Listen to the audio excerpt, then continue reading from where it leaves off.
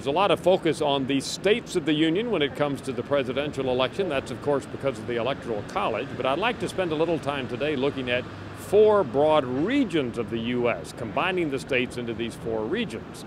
And our analysis of data between the 1st of June and the 9th of July, encompassing over 17,000 registered voters, shows that 2 of these broad regions are in play, and 2 of them very much are skewed to one candidate or the other.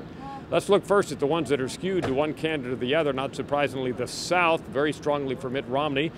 And in the East, it is a 16-point margin for Obama. So those are the 2 regions that are pretty much skewed in one direction or the other. Now, that doesn't mean that there aren't selected states within these regions that'll be in play.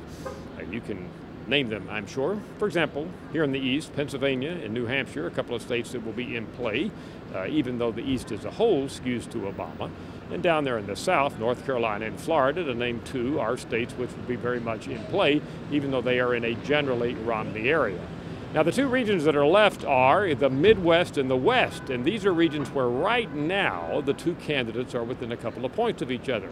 This is a little unusual for the West. Typically, the West has been more likely to go Democratic, but when you put all the states in the West together now, you get a very close race among registered voters. And then there's the Midwest. That's the classic in-play region of the country.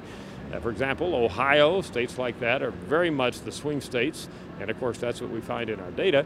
My colleague Jeff Jones, who recently analyzed these data, in fact, points out that in the last 6 elections, whoever has won the Midwest as a group has also won the overall presidency. So clearly, we know that now because the candidates are spending a lot of time there, the Midwest is a real key swing region, not swing state, mind you, but swing region in the presidential election.